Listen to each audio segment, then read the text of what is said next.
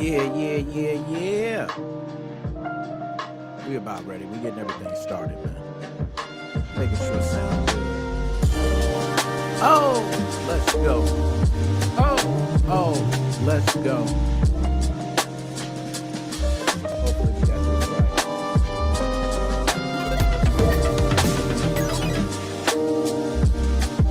See, I got the green screen still going on.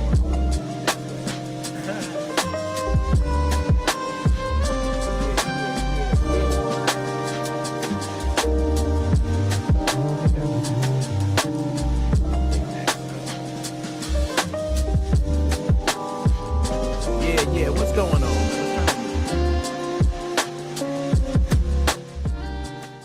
Yo, what is going on, everybody? Round 2. Fight. Yo, what's up? We got Shane all the way from Melbourne, Australia. Shane, what is going on? Dap me up, hairy knuckles and all. Let me lift my chair up, man. Let me get right. You know what I'm saying? I can't be slipping on my Scottie Pippen today. Shane, what's going on, man? Yo, it's been a while, bro. Damn, it feel like it's been, so many people have been asking, man, what's going on? Y'all seen the clips. So let's go ahead. We're going to get into the show, right? But I think the first thing we got to do, and I'm going to make sure we got sound and everything, all right? Hold up. We got sound good? We are good. Okay? So I'm going to make sure we start the TikTok stream as well, because, we got to get TikTok in here too. It's a party, hardy. All right, the TikTok stream is starting up. How's everybody doing, man? 5/17/2026. You could be anywhere else in the world. You here with your boy. Dap me up, hairy knuckles, and it's all. Yes, we are here for another, man. We got a smoking hot episode today. You know how we do. We keep bringing hit after hit after hit after hit. That's what we're doing here on the Nick Moses 05 Gaming Hot Damn Podcast. Burn up the chat, burn it up. All right. Now, for the podcast listeners out there, for those who don't know, we gonna get to the top 100 first. Then we're gonna get to the top 10. Gaming and podcast. So if you are listening to the podcast, thank you. Go ahead and download the other previous episodes. Listen to everything. That's what we do. Where have I been? It's a lot of people saying, yo, we need 2 chairs for it. Yo, you ain't ready, Shane. You ain't ready, Shane. If you come, Shane, you ain't. Hey, we got to sit down. We're going to have a powwow. We're going to ask the tough questions. All right? Uh-oh, my dog is back. What's up, man? Where you been? Dab me up, hairy knuckles and all. Where you been? That's what I'm asking you. Where have you been, sir? Okay? I've been going. I ain't gonna lie. I was at Indie PopCon. A lot of people see the clips. If you're jumping into the live from one of the clips, we go live, man. We were live at Indie PopCon. We were tearing it up. We were all over doing interviews, asking questions. Had a 10-year-old daughter was there representing, bro. Let's be 100. 10-year-old daughter was there representing. She was asking random people questions. People couldn't even... Yeah, she had them flustered. I couldn't believe it. Ab, what is up? Dap me up, hairy knuckles and all. You know what I mean? We back in the building, man. We back in full effect. So we were at a couple things. We were in Indianapolis. That's why we were going one weekend. Another weekend we were in Memphis. We were in Memphis, Tennessee. Just a lot of things going on, man. We moving. I think we had something else going on the weekend before that. It's just been so much. So finally, we get to sit down. Now, Comic-Con in New York. I don't know. I want to go out there to New York, but I want to really in Jersey. A lot of people don't know I got roots in Jersey. All right. But New York, shout out to New York, big city of dreams. Nonetheless, let's go ahead and get to the damn show. Now, I don't believe I have, set anything up. And the music's still going. Somebody told me the music's still going. Okay, I got that. Thank you for that. Thank you for that. Okay, whoever told me that the music was going in the background. Shout out to you. Dab me up, man. All right. We got different platforms. Excuse me. We got different chats. We got the TikTok chat open, too. Let me go ahead and make sure TikTok chat. Because TikTok. Damn. My fault, y'all. TikTok, don't hurt me. Don't hurt me, man. Don't hurt me, all right? Let me go ahead and get y'all pulled up right here so I can see what y'all talking about, too. I don't like to leave y'all out. We get a lot of people tuning in from TikTok, and they hate to be left out. So, Cena, what's going on, Cena? Cena, I see you. I see you, Cena. It just took a second. All right, I see you, though. So, nonetheless, Gaming Gone Wild. If y'all don't know what Gaming Gone Wild is about, it is our, I want to say hottest segment, but choose your fate. I'm not going to lie, and numbers-wise, it's killing it. But Gaming Gone Wild is not far behind, and it's catching up very quickly. We are doing everything through Restream now. No matter if you are viewing in landscape, vertical, you should be able to view everything. We are switching around titles. You notice you don't see the titles at the bottom anymore. We want to make things more convenient for everyone. So now we have tickers. Dun, dun, dun. Who gives a damn? All right, anyways, okay. Gaming Gone Wild, where we cover video game crimes that typically are happening recently. We don't want to cover games that's been happening a long time ago. That's not it. That ain't what it's about. This is about covering things that are recent. So nonetheless, we want to get into our first story so we can go ahead and kick this off. Recite. Okay, let's go ahead and pull this up here. And this first story is a juicy one. All right, we're going to go ahead and add. And everybody let me know if you can see this properly on screen. Okay? Bingo. No matter if you are vertical or horizontal, you should be able to see this video clearly. Clearly. I'm glad you can see it. So, what was supposed to be a normal Friday morning for an Indianapolis game store turned into a costly break-in involving thousands of dollars of Pokemon cards. According to IMPD, the burglary happened just before 6 a.m. on Friday, May 8th at Grandmaster Games, and this is in Southern Plaza shopping complex. All right, this is on the south side of Indianapolis. You do not know. So the store owner, Alex Bradshaw, yes, Alex, we're going to shout you out here, said he received an alert on his phone while the break-in was happening. Yes, so he got a notice immediately when the break-in was happening. When he checked the security camera, he saw someone moving through the store, and he did what anyone else would do. He got up and started heading to the store. Now, investigators say the suspect got away with roughly 30 to 40 graded Pokemon cards, also known as slabs. The total value of stolen cards is estimated to be between $10,000 and $15,000 damn dollars. Round 2. Fight! Now, one of the more interesting details, though, of this one is that the suspect reportedly did not take cash from the register at all. Nope, didn't even look at it. Didn't even take a second thought. According to the store, the person mostly targeted just the graded cards and some other cards from other display cases, but no cash from the register at all. Left it alone. Bradshaw said it appeared the suspect knew what they were looking for. Bradshaw felt like there was an inside job going on. The situation could have been even worse, all right? The owner said the suspect originally tried to access a display case containing cards worth up to $50,000, but unfortunately was not successful at all right? I guess this would be fortunately, all right, in this case. So he wasn't successful, okay? After the break-in, Grandmaster Games posted about the incident online. They're calling it a symptom of a broken society and saying they hope the money would help the person, all right? They really did. They hoped that it would help the person enough to keep them from doing something like this ever again. They don't want anyone else to have to go through something like this again. The store said it planned to stay open while cleaning up the damage, replacing the glass, asked customers to continue supporting the business through this disaster. So, are you going to continue supporting the business? I think so. I think everybody is going to continue supporting. Why? What else would you do?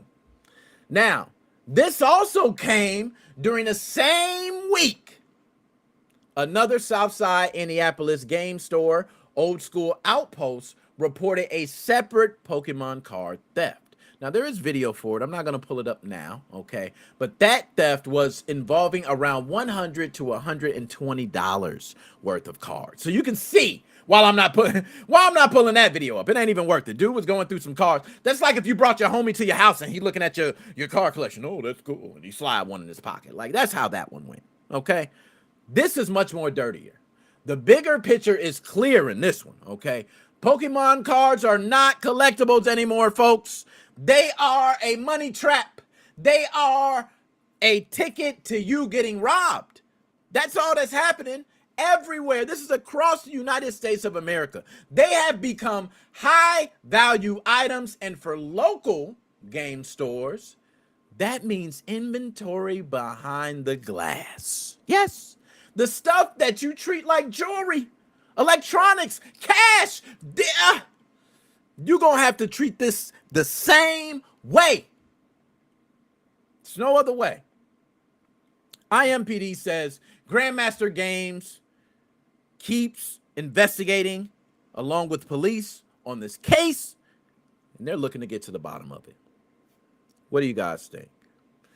I'm going to tell you right now, the fact that Bradshaw knew it was an inside job, I have to take a man for his word, especially when it's his business getting robbed. I'm sorry. Let's go ahead and get Bradshaw in. I think he can look at the guy where he's walking. There is someone that either told them exactly where to go, or that might be an individual that was an employee, ex-employee. A lot of times you have these inside jobs or burglaries that happen with people who are actually more familiar with the place than you think. Unfortunately. Let's move on to the next one. Like I said, we got a hot show today. I can't even mess around with y'all today. All right, and let me get to the chat. I don't want to miss it, okay? DJ C Money. What's going on, DJ C Money? Dap me up, Harry Knuckles and all. Great to see you, sir. Tune in for a fire show. Anybody who wants to jump in, we will be bringing in guests towards the end. I would love to hear what you have to say about any topics or choose your fate at the end. So the link is there, okay? And for those listening on the podcast, you can always comment what you feel. All right, let's go ahead and switch this out to the next one. Hopefully, everything looks great. I haven't heard anything about the look. No one's complained. Seems like the ticker is going across the bottom perfectly. All right. So, and also that video, I don't know if it looped. I should have looped the video. That was my fault. Yeah. So, nonetheless, this video is going to loop. The video was done. I guess apparently I didn't loop the video. So, nonetheless. Yeah, I told you. I've been out a long time. Leave me alone. Okay. What was advertised as an arcade? Yes, as a nice, peaceful arcade. You could be a grown, 64-year-old couple and go here and play some nice video gaming. Yes, it was advertised as an arcade, but in East Charlotte, they are now being targeted as the center of an illegal gambling investigation. Charlotte Mecklenburg, and I hope I got that right. No. Let me pronounce that right. Charlotte Mecklenburg. See, I got you there, okay? Charlotte Mecklenburg police raided 999 Arcade on East Independence Boulevard on May 12th after a months-long undercover investigation. Now, according to court records, officers seized nearly $38,000 in cash. It's a lot of money. Dozens of gambling-related devices, accounting records, so that's going to really hurt them, security camera DVRs, and 2 firearms. The inventory reportedly included 62 fish gaming electronic boards, 24 slot machine gaming boards, and 16 sweepstakes hard drives. Damn. That's rough. Investigators say the operation had been on their radar since late 2025. They've been watching them slowly creeping. And when police were told about a possible illegal casino operating, they jumped on it. They said, what, on Independence Boulevard? So during undercover visits, officers said they even saw people putting money into the machines, playing the casino-style games, and receiving cash payouts. And I know y'all might be saying, who cares, right? But let's just unpack. One of the games mentioned in the warrant was a fish game. Now, these are gambling-style machines where players can shoot fish on the screen. We all love playing these type of games where you could bing, bing, bing, and possibly win something. So yes, you could shoot fish on the screen and can win money. Yes. This is stuff that gamers would love. We would love a place like this, right? Well, guess what? Apparently, Mecklenburg, Charlotte do not. All right? So, depending on your shots, it just means the more you shoot, the more money you get. North Carolina Supreme Court has ruled these type of fish games illegal since 2022. Round 2. Fight.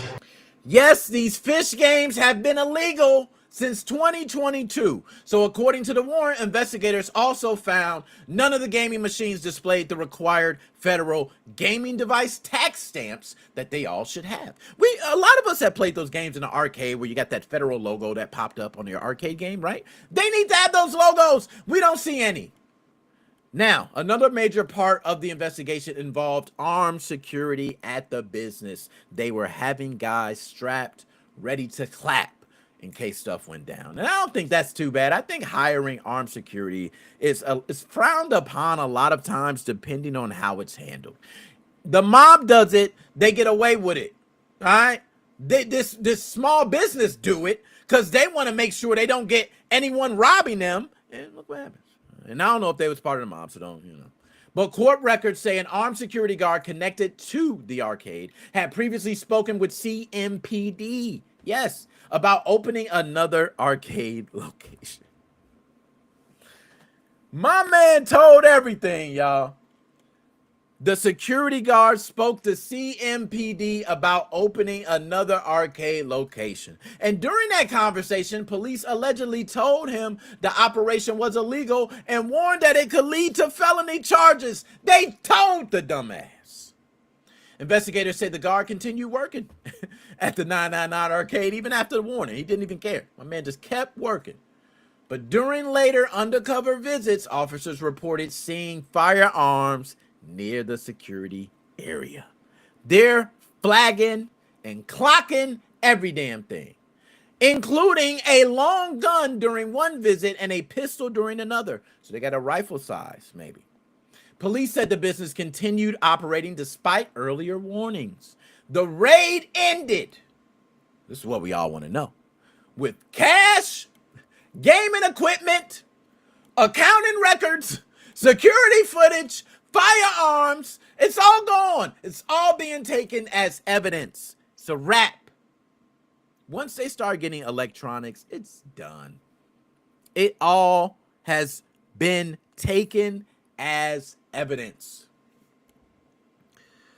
The case continues, and this adds to ongoing enforcement against illegal gambling arcades. Now, this is in Charlotte, but I can tell you illegal gambling arcades for mom and pop shops are happening all over, and it's a big thing, y'all.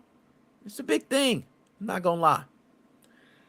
Let's go ahead and move on to the next one. Okay, hopefully I get this right. All right, I think we good. We're going to go ahead and switch and replacing. Anybody let me know if sound okay? Does everything sound okay? Anything with the video? You know, it seems like we're good. Everything's been going and flowing nice and smooth. Okay? Y'all, this is my side of town, y'all. I couldn't wait to talk about it. My side of town. Yo, Chicago police right now are investigating because there was a smash and grab that was caught on camera at a cannabis store at a South Loop early morning on Monday. Now, I know a lot of people might be saying, why do you care, Nick? You talking about a cannabis store.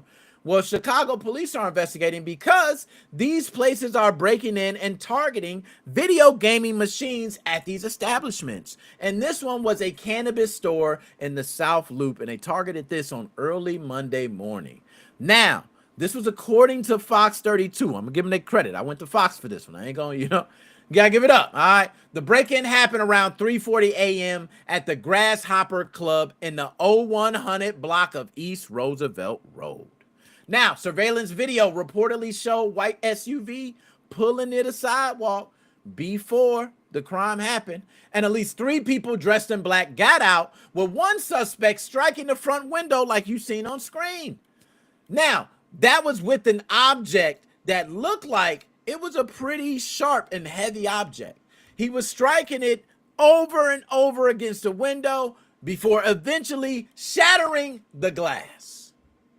And you know, when the glass eventually shattered, the man ran straight in. Now, police said one person went inside the business while others stayed near the vehicle and collected items being passed through the broken window. They were acting like the chain gang. You know, I don't know what the hell. So the guys did not ever walk in the business. I guess they thought that was going to cover them somehow.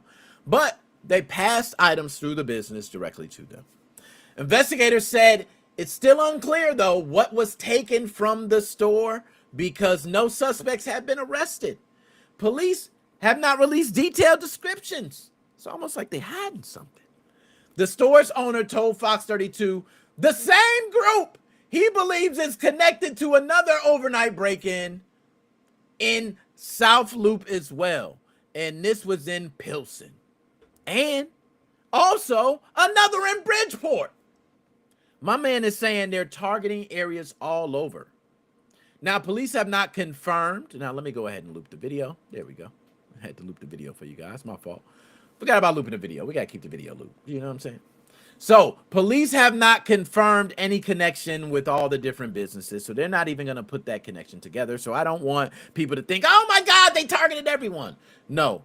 But the same report also highlighted the break-in in Blue Island. Burglars went inside of Janet's Gym Gaming Cafe And this is in the historic Lyric Theater. I know a lot of people don't know about these areas, but these are a lot of historic locations.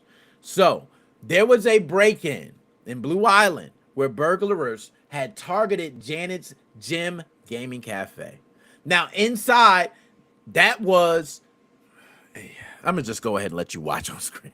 Like, this is crazy, y'all. They just go through all these places. So nonetheless, inside of there, the suspect smashed through the front entrance and went directly towards the gaming machines instead of moving through the rest of the business. A lot of these things are the same case. They break inside of these cannabis stores, these gaming cafes, these different mom and pop businesses that have video gaming cafes, and they're targeting, these video gaming machines, and they're targeting these video gaming machines. This is happening all across the south suburbs. So you guys hear about ramming places? Well, forget that. Pokemon cards and video gaming machines are the new targets. Are people not seeing this? Are police not are they not putting their just due where it needs to go? Because I'm telling you, all you have to do is go to a place where they have video gaming machines that's closed, or go to a GameStop, anywhere where they have Pokemon cards that's closed. Oh my goodness. This is getting very frustrating. But nonetheless, according to the theater events manager, the suspects were inside for less than a minute. Yes, you are hearing me correctly. According to the theater's event manager, the suspects were in there for less than a minute. Two people used sledgehammers on the machines, broke everything, took the money box, and ran up out of there. It was quick, fast, and in a hurry. A seafood restaurant across the street said they saw a blur. You know what I'm saying? Like, it was ridiculous. Yes, and you know the seafood folks, they be watching. Okay? The seafood restaurant said it was a blur. They also had been targeted a couple days before. Go figure. Round 2. So, business owners in the area say, watch out, y'all, okay? If you in the area, if you in the south suburban area of Illinois anywhere, I suggest you watch out. Hide your wallets, because gentlemen like this right here, they're breaking in. They're taking what they want. The repeated break-ins are forcing locations to rethink these machines. We don't even know if we're going to get video gaming machines anymore. The concern is that businesses with these machines close to windows are easier targets for overnight break-ins. So they either have to figure out a restructuring plan for these machines, or they have to expect a break-in very soon. Of course, Blue Island officials said they recognize the impact of these crimes, but the city has done not much but increase police activity. All right? They repositioned police vehicles. They got more police circling the area. But why ain't they catching them before the crime happened? It's very rarely we catching them during. It was only about one or two of these we're reading where they're catching them during the crime. They're using license plate readers. They think that's going to help as well. I don't think none of it's going to help. I'm going to be honest. The city need to review parts of its code for these type of places. These businesses, they need to allow more flexibility for security. They don't need to be punishing businesses if they hire armed security, right? And I understand. So I'm gonna give you an example, right? Think of a Chinese food place. You go to get you some delicious Chinese food, and you turn and they got some video gaming machines right there. Now, if you walk into the Chinese spot and they got a guy there with a gat, and he's standing there, he ain't doing nothing. You walk in, he got a nice little badge. He say, hey, how you doing? How you doing? And you walk right in and get your food. Are you scared? I'm not. Because I go into grocery stores at times, and there's a guy there with a gun. Okay? So I'm not worried. I think we need to allow more flexibility for these places. That's my final answer. Let's go ahead and move on to next one. Hopefully I got this right. Okay. And I'm going to loop the video right away. So this way when we loop it, video, okay. And I'm going to loop it. I'm going to make sure this time. Loop. All right, I looped the video. Oh, this is a good one. Well, you guys can take a look. I want you to take a look at that screen. Okay, take a look. Just see those guys running. You see those guys running? Ooh, they fast. Those guys are fast, boy. We're going to go ahead and break this story down. So, police in Mechanicville, New York, say 3 people are accused in a burglary at Forgotten Freshness Classic Gaming. Now, this is a classic video game store on Saratoga Avenue, if you don't know. According to Mechanicville police, the break-in happened early Thursday morning, and they say an 18-year-old by the name of Timothy Furnett Jr. of Mechanicville is accused of working with 2 other minors, 15 and 16, to get inside the store, damage the property, and steal the merchandise before leaving the scene. The owner, Frank, I ain't even gonna try to pronounce your last name, Frank, but Frank told local reporters motion sensors started going off inside the building. When he checked the cameras, he realized someone broken in. Okay, and a lot of these businesses are getting very smart on their security, and I want to say you guys are getting good.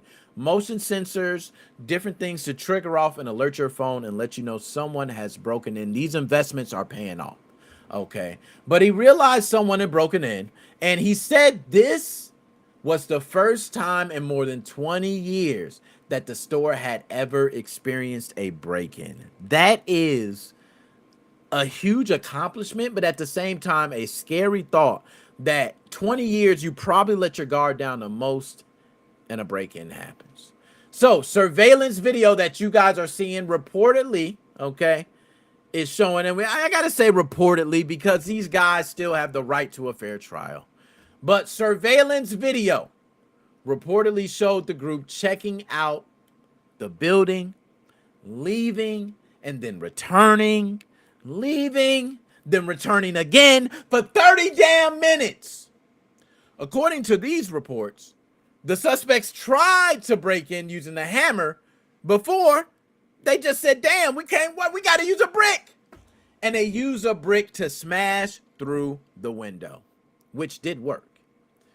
So these reports from the store indicated that the suspects may have left before getting into the registers, but later coverage said merchandise was taken.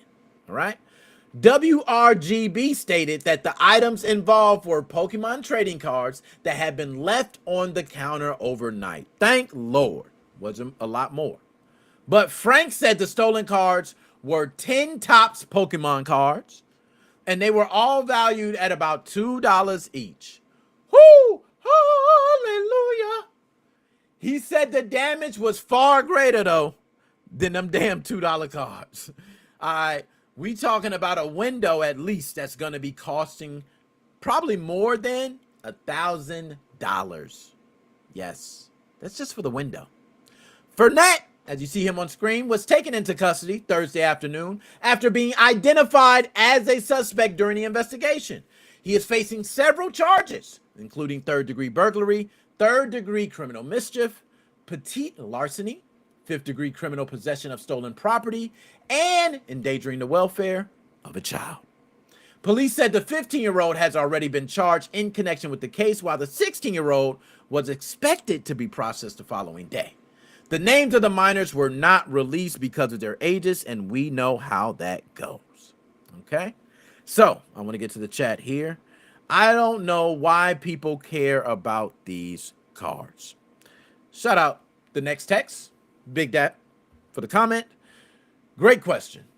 I think the reason people care now is because even kids that don't know what these cards are worth see these news articles and the constant press around how much these cards are worth or how much one is even selling for. If a Pokemon card sells for $200,000, it's making news somewhere. And kids see that. And knowing that one of these small cards are worth so much, they put so much value into it. So they feel as though if I can break in and take a bunch of cards I can put 10 cards in my pocket that could be worth $10,000 each. I could be leaving with a one PlayStation 5 that's worth $500,000. I mean, $500, excuse me. I don't know why I said $500,000. That was crazy. Okay, that was crazy.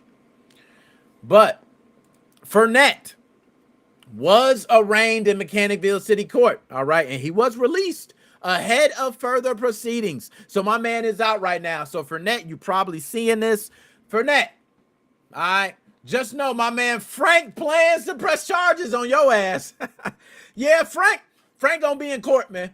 And I know he's saying he hopes the other younger guys learn from their situation. He gonna put a fire up under your ass. Timothy, he gonna put a fire up under your ass. I don't doubt Frank's gonna hunt your ass down. Now, Forgotten Freshness, Classic Gaming has closed temporarily after the break-in, but later reopened as the owner and staff cleaned up everything and got everything looking fresh after the damage.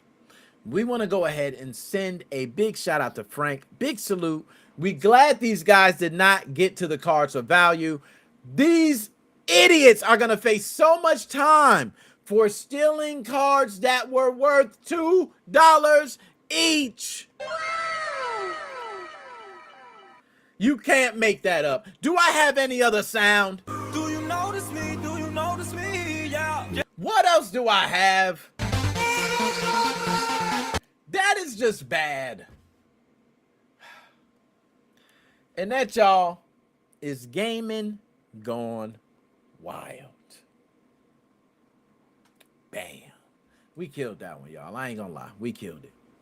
All right, so we're going to go ahead and move on to the next topic. I didn't even have, usually I have things like pictures and all that. I get my background set up like Nintendo news, and I got different pictures. I don't even have pictures for topics today, bro. I came in to straight go at it. You know what I'm saying? Like, I ain't even got time to play with y'all. So I might just leave this background. You know what? I'm going to go ahead and do right. Let's do this. Since we're going to go ahead and do the stop killing games. Let's talk about stop killing games now, right? We'll do the stop killing games movement because there's been a lot of traction on that, and I want to cover. We got so much to cover, and I know it's a lot of stuff, and I could do it in any order now. That's why I like not having the topics at the bottom. You can just unpack the shit. Oh, excuse me, I gotta watch my language. I'm trying to be more, as you get kids on your platform. My daughter came on. I gotta be a little better. Let's be honest, y'all. I ain't gonna lie. Let's pop this shit. All right, I ain't gonna lie. I can't help it. So we're going to go ahead and use this image here, right here. All right, we're going to switch the image. We're going to put something that's for stop killing games because we want to represent the movement. We want to be kosher, okay? If that's even right. So stop killing games. Let's change picture. Bingo. Properties. Save image. Bingo. And here we go. Let me know if y'all like this one. This one should be fine. Bam. I like it. I like it. Okay, let's maximize that. Let's make that a little bigger. That don't look good. Why are they maximized? Can we fit the screen? Transform. Let's do a fit the screen. That's whack. Let's do this then. That's even whacker. You know what I'm saying? Let's do this. There we go. That works. Okay, there we go. We got it. Stop killing games, man. All right, stop killing games. Let's go ahead and unpack this, man. I'm not even gonna waste y'all time with it, man. It's a lot to unpack with stop killing games. A lot of people don't know about the movement. But just so you know, this movement was made for old assholes like me, mainly. I know we got a lot of other people who might be older in age, who might be real behind this movement. A lot of younger kids might not really understand it, might not care as much. But to me, this movement is very impactful. I think a lot of people need to be behind stop killing games, whether you're old or young, because this will affect you. We've seen and I'm going to go quick fast because I know I'm going to unpack a little stuff on that. But games like, and this is, you know what? Forget it. I'm going to just go ahead and go into it, yo. My man, shout out Aaron. Ron, man. You know who you are, man. AP. Shout you out, man. I'll never forget, man, that day you bought Anthem. Yo, you ever had one of your friends come to you with a game they bought and they swear the game is all that and they tell you and they brag about the game like after the first day they play it, you see them the next day and they're bragging to you about how great it is? And oh my goodness, this was Aaron. He got Anthem. Release day. He talked about it, man. He said, man, Anthem, everybody's on it. It's packed. There's a lot of people on there, man. I'm telling you, this game's going to be the next big thing. Everybody's on it. Before you know it, You can't even play the damn game no more, Aaron. So tell me, was Anthem worth every dollar you spent, which was, I believe, 60? Aaron, dap me up, because as much as Aaron, I could talk about him with that, I will say the one thing with Aaron is he is the best Halo teammate I've ever had in my life. I will say that. Like, we played Halo together. That guy was the best Halo teammate I've ever had in my life. Like, it was me, him, and another guy, and we all played, and we never lost. We were undefeated the entire night. Like, it was amazing. I just love to have teammates that automatically pick up with you. So as much as Aaron, as I'm talking about you with Anthem right now, I do have to give you props. You were the best Halo teammate I ever had. I ain't gonna say ever, okay?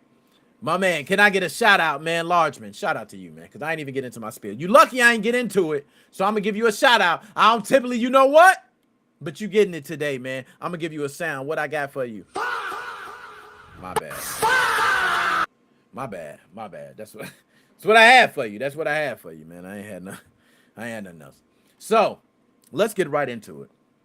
California lawmakers are considering a bill that could change what happens when publishers shut down online dependent games that people have already paid for. Okay? So, a lot of people might talk crap about California laws and, oh my goodness, they get sold this way and all that. This law might be one to actually save your ass. For all you gamers out there, you need to care about this. They're considering a bill. This is important. Okay, very important. The bill is California Assembly Bill 1921. I want to go ahead and repeat. The bill is California Assembly Bill 1921. We all got to remember that because it's a very important bill for all gamers. Okay, my bad for the faucet. But California Assembly Bill 1921, a very important bill for all gamers. Now, just so you know the name, it's called the Protect Our Games Act by supporters. Protect Our Games Act by supporters. It was introduced by Assembly member Chris Ward and recently cleared a key Assembly appropriation. Oh, excuse me. God damn. Dude, that was a tongue twister. Holy hell. Okay, but let's rewind that. It was introduced by an Assembly member, Chris Ward, and recently cleared a key Assembly Appropriations Committee step in May 2026. The bill focuses on paid digital games that require publisher-operated online services for normal use. Under the proposal, companies would have to notify players at least 60 days before shutting down the services needed for the game to work. I repeat, under the proposal, companies would have to notify players at least 60 days before shutting down the services needed for the game to work. After that, publishers would have to provide some kind of path forward. That could mean an alternate version of the game, a patch, or an update that keeps the game playable, or another method that allows the game to keep functioning without the original live service that you put in place. If that does not happen, the bill would require a refund option tied to the original purchase. And I repeat, if that does not happen, the bill would require a refund option tied to the original purchase price. Do y'all hear that? That is beautiful. Now, the bill would apply to digital games made available for purchase in California on or after January 1st, 2027, with the exceptions included in the legislation. Okay? With the exceptions included in the legislation. Check out the exceptions, okay? But in California, and has to be on or after January 1st, 2027. All right? The wider issue here, though, is the Stop Killing Games movement. We got to clap it up, y'all. Everybody rap. What I got for you, man? Can you dig it, sucker? I can dig it, man. I can dig it. All right. Now, this whole movement grew after high-profile shutdowns of games like Ubisoft's The Crew, which shut down in 2024, left people high and dry, okay? And it became unplayable even for the players who have purchased it. So just imagine purchasing a game that you no longer can play. That is what we're talking about here. And that is a different type of feeling, especially when you put your support, love, and passion behind a project where developers were involved and they had hands on to it and gone.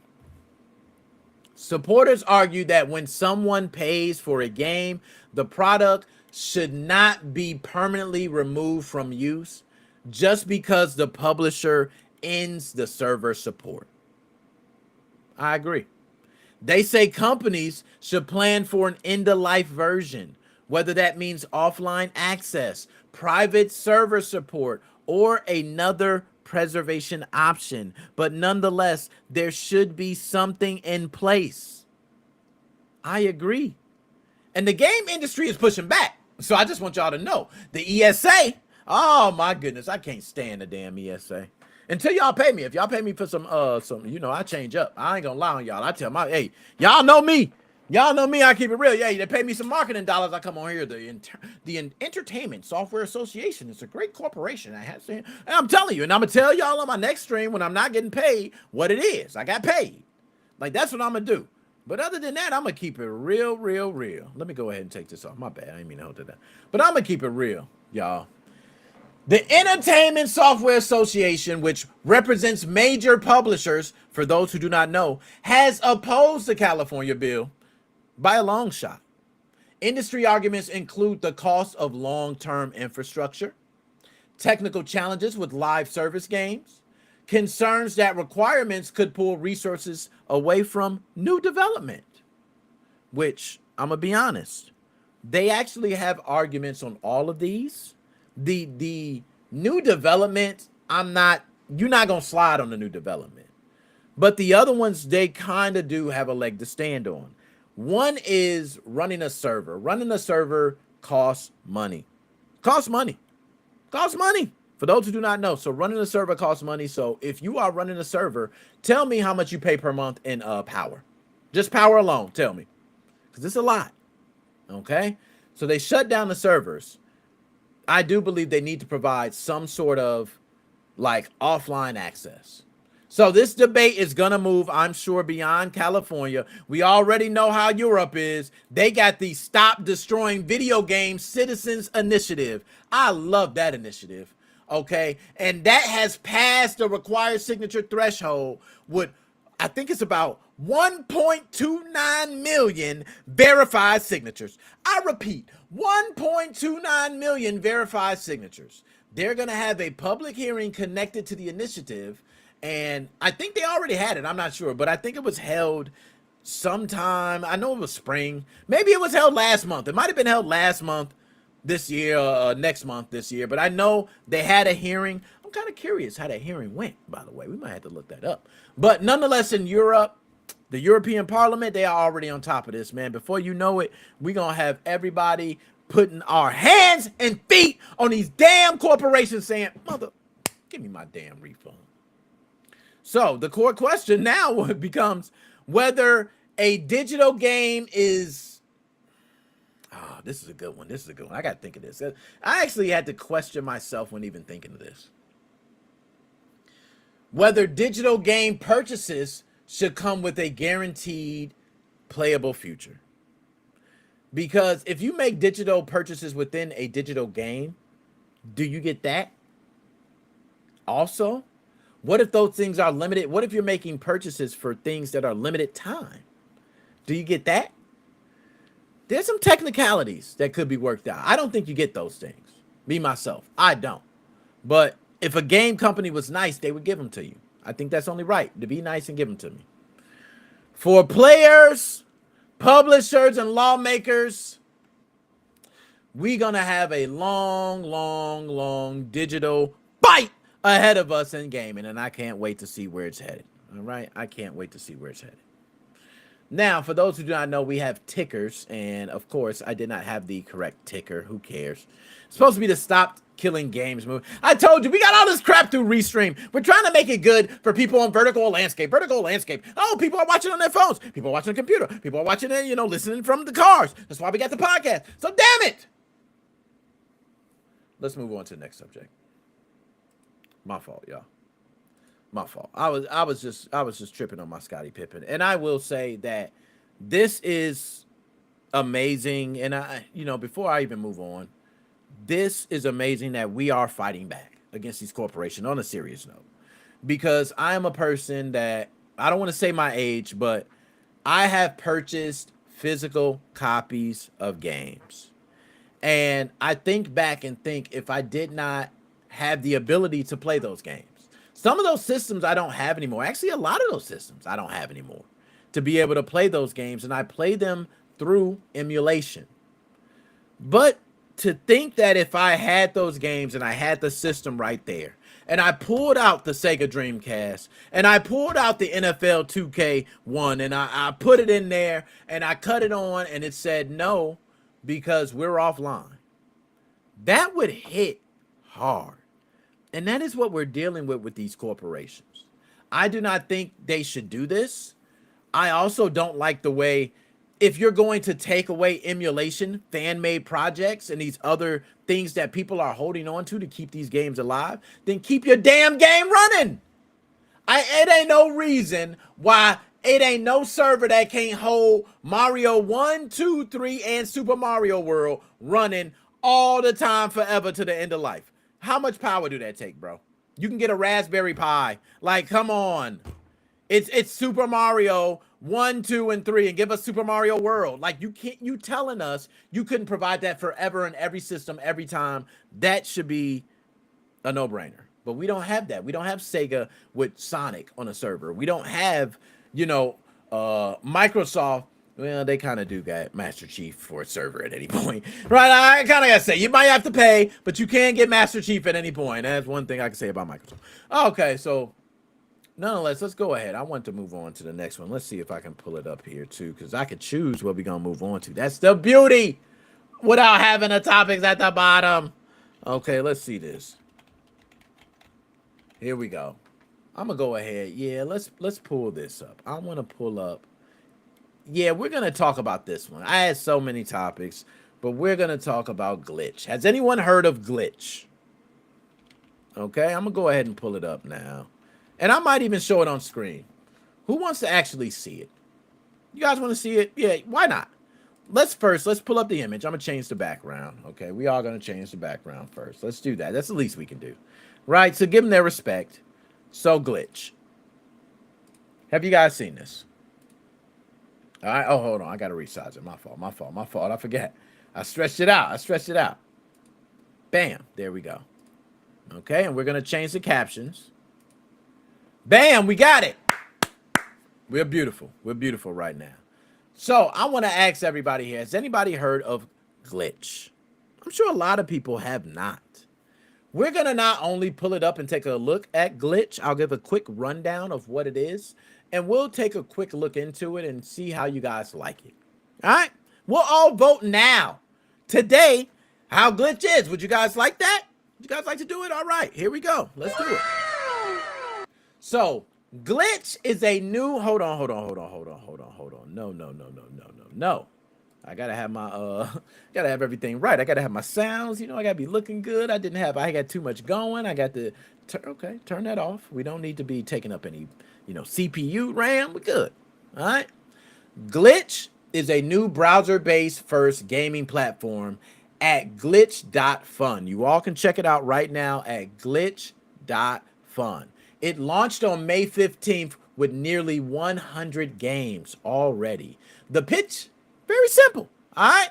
Instead of asking players to watch trailers, read store pages, download files, install updates, decide if you care, decide if you want to play. Oh my gosh, I want to do it now. And then say, oh man, I don't want it, and delete. And then go back and do it. Glitch wants players to click and start playing almost instantly through the browser. Yes, you hear me correct. They want you to click and start playing instantly through the browser. The platform is being described as TikTok like because it is built around fast discovery, social sharing, creator content, and also a very low commitment. That's what they're offering. All right.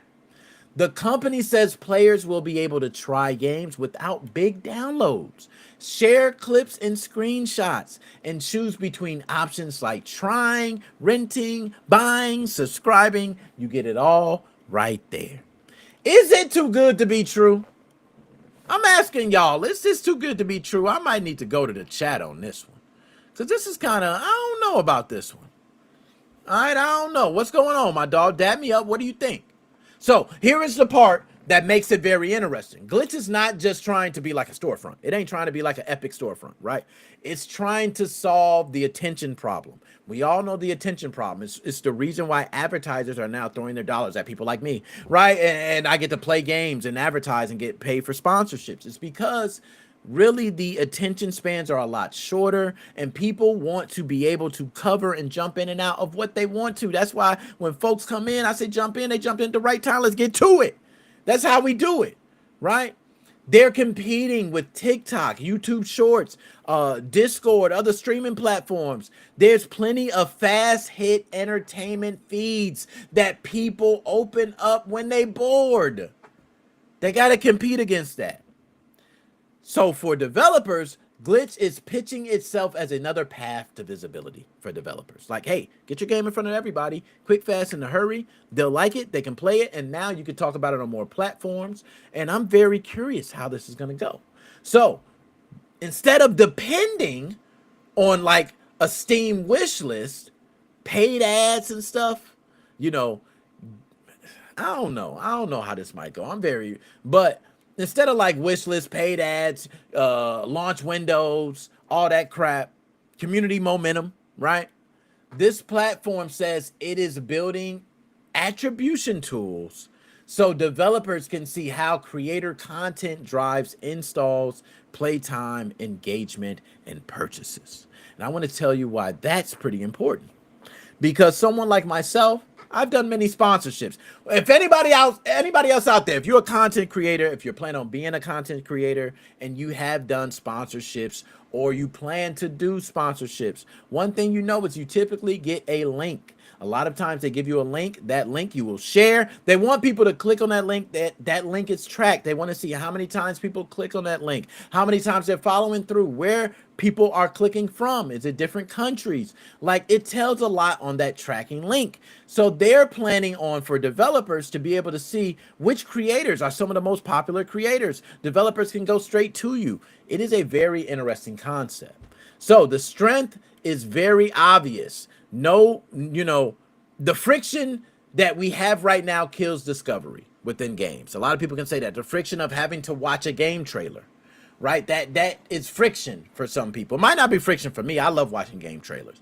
But for some people, if I have to decide which game to play between 30 games, it's very difficult for me to pick a game because I got 30 games. So if a player has 10 minutes and a game requires a huge download, how do they handle that? How do they watch 30 trailers, get a huge download, and also free up storage space in 10 minutes? They got an account set up. They log in. They got to set up their account. How do they do that in 10 minutes? They won't. That's period. They won't. Browser-based instant play is very interesting. I guess it's going to give bigger games quick load times and smaller games a chance to win people over. I'm interested. So, but I think the biggest challenge is obvious, y'all. I think it's going to be retention. Can this hold your attention? So, I'm going to go ahead and pull it up now. Why the hell not? We already here. Glitch.fun. Now, I don't know how much power I'm taking up right now on my PC because I got a lot of stuff running. A lot of people don't know it takes a lot to run a podcast like this. For those who don't know, our clips are doing crazy numbers. I want to say a big shout out to all of you for that, man. Like, we put up clips yesterday within hours, it was already at like 2,000 views, right, on certain platforms. So I love that. Love to see it. Every platform's doing numbers with the clip. So I want to shout out to you guys. But let's see this. I'm going to go ahead and pull it up on screen now. Let's take a look. Share screen. Hold on. Add. There we go. Share screen. And we're going to pick it right here. Booyah. I want to bring it over to this screen because I don't want to... I want to be able to see you guys too and see what you guys are seeing. So right now on the share screen, if you're looking on the vertical, you might not see the whole entire thing, but you got enough. We're just pretty much looking at a picture. It says free, Valorant. So there's a lot of games right here, right? And it shows games where you can just pick. It says skip. Like you can just pick a game. So I want chat. I want y'all right now. Valorant. Do I play Valorant? Okay, do I hit a like to it? It says instant play by independent creator. I could actually click through and look at pictures. I would like to ask you guys, Valorant, do we give it a hell yeah or a hell no, chat? Going once, going twice. I feel I got a hell no. So we're going to go ahead and skip. Bam. Cribbage. I'm going to tell y'all, I don't even like playing cribbage. Or whatever that game is. They call it this cribbish. I think the real game is cribbage. Right? I thought it was. We're not playing that. Skip. A game about day trading. Wow. Okay. Very interesting. Okay. Very interesting. A game about day trading. Okay. Skip. Castaway Station. Okay. All right. Interesting. Skip. I'm not feeling it yet. I need something that's gonna bring me to a quest board. Nope, skip. I need something that's gonna. Okay, all right, here we go. Everything all in one. So it's got all the games all in one. No, I don't like that. Skip. Skip. Okay, hold up. Beowulf? Is this the actual Beowulf? Okay, let's give it a shot. Let's hit play. Right now, loading. Let's see. We're gonna go ahead and get this in game. I'm gonna see if it has the sound too, because the sound should be here. So I'm going to pull up this over here. Okay, there we go. And I'm going to turn off. I don't know why I still have the music going. Even though the volume's down on it, it was still going. So I want to be able to hear everything. Do I have the Chrome sounds under browser? Okay, I do. So it's loading Beowulf. All right, let's see.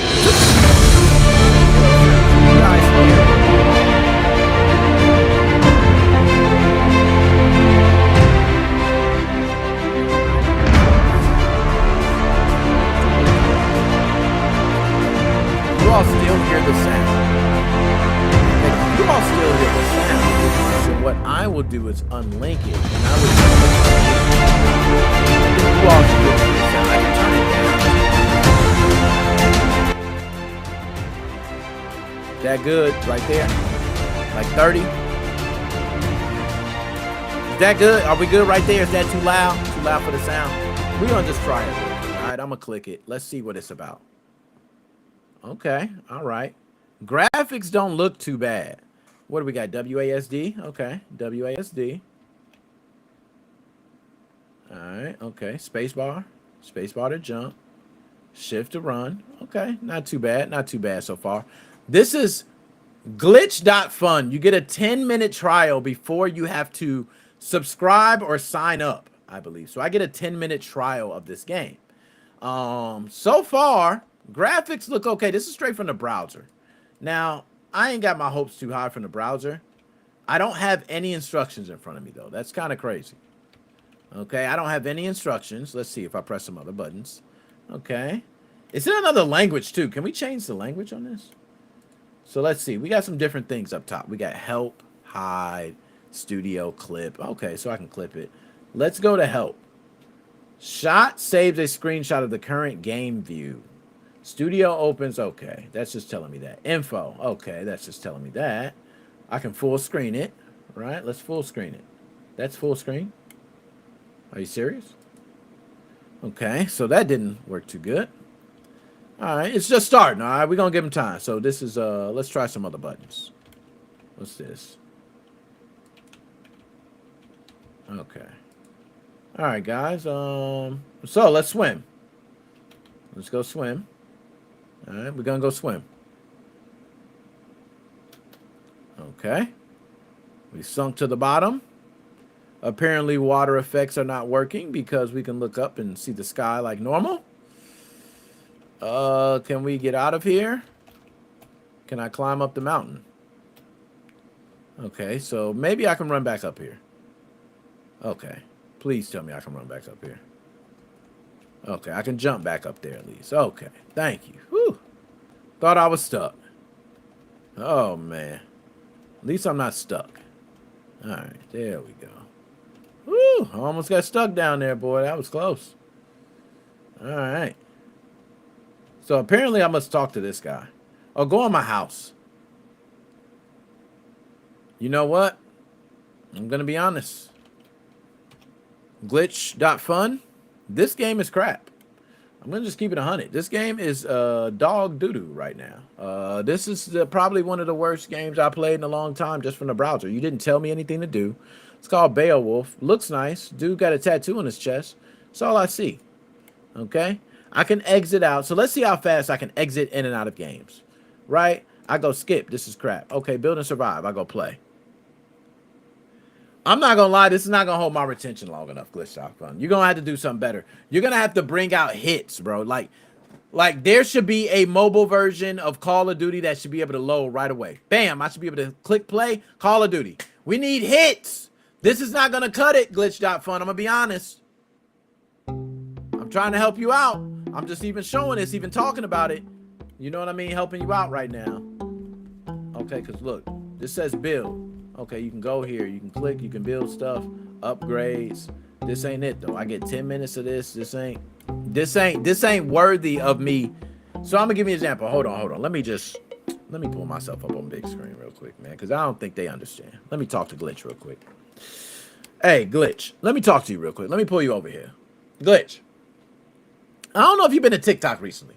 TikTok has games in there. You can pull up these games on TikTok. You're going to have to bring bangers. Every game needs to be a banger. If you ain't bringing out, I mean, we got to have name brand games. These little games ain't going to cut it, man. These ain't going to cut it. I can go to TikTok and play these. So hold on. Let's go to filters. Let's go to filters here, right? We're going to try to do it right. First of all, what's premium? All right, we need to see what premium is first. So let's see what premium is. Skip. Justin Freeman's Build a House. Premium. Costs $10. Anti-aircraft commander. Glitch.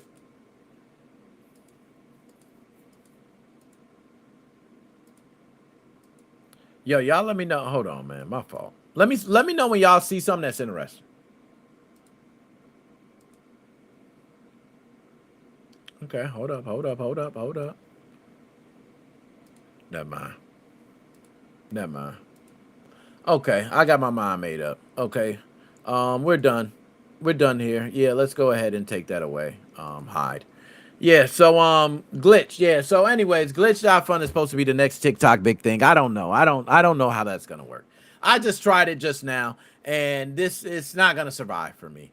I can tell you guys, there's Ludicine, and Ludicine is way better than that. And Ludicine is not offering you games. For those who do not know Ludicine, I will show you, and I'm more than happy to be proud to show you Ludicine. All right, now here, hold on. Oh, no. You had the wrong one. Okay. Yeah, I'm sure. Oh, performance warning. Sharing multiple screens. Oh, stop the sharing on this one. Okay, my fault. Go ahead and add it, man. I'm good. I took the other one off. You good. So, Ludicine. Look at this, y'all. I'm logged in right now to Ludicine. If I wanted to find a game like I was really wanting to find a game, let's do new run. Yo, I'm going to give y'all an example. I'm a guy who only loves to play RTS games. I love only RTS games. That's all I want to play, okay? So that's it. I want new RTS games. What is this? I have no idea. What if I click it? Yeah, that works.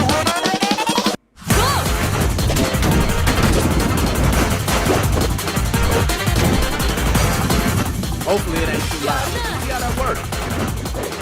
Very simple. Show you a trailer. I'm done. Look, Games expert specials.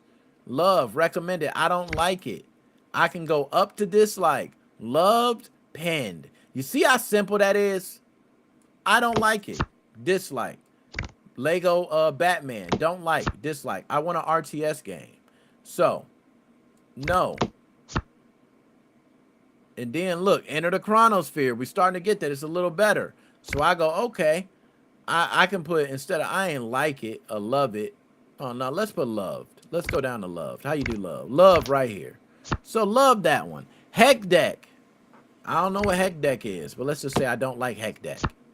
Dice Gambit. Notice how they're getting certain games. So let's say I love Dice Gambit. Notice how the games go. They still throw other things at me, but they're starting to get similar. All right. See how the games are getting a little similar. Subnautica 2 got to go on recommended, bro. Like, Subnautica 2, matter of fact, no, we're just going to stop right now. Y'all see how Ludicine is. So I was sending a big shout out to Ludicine because I know Ludicine works.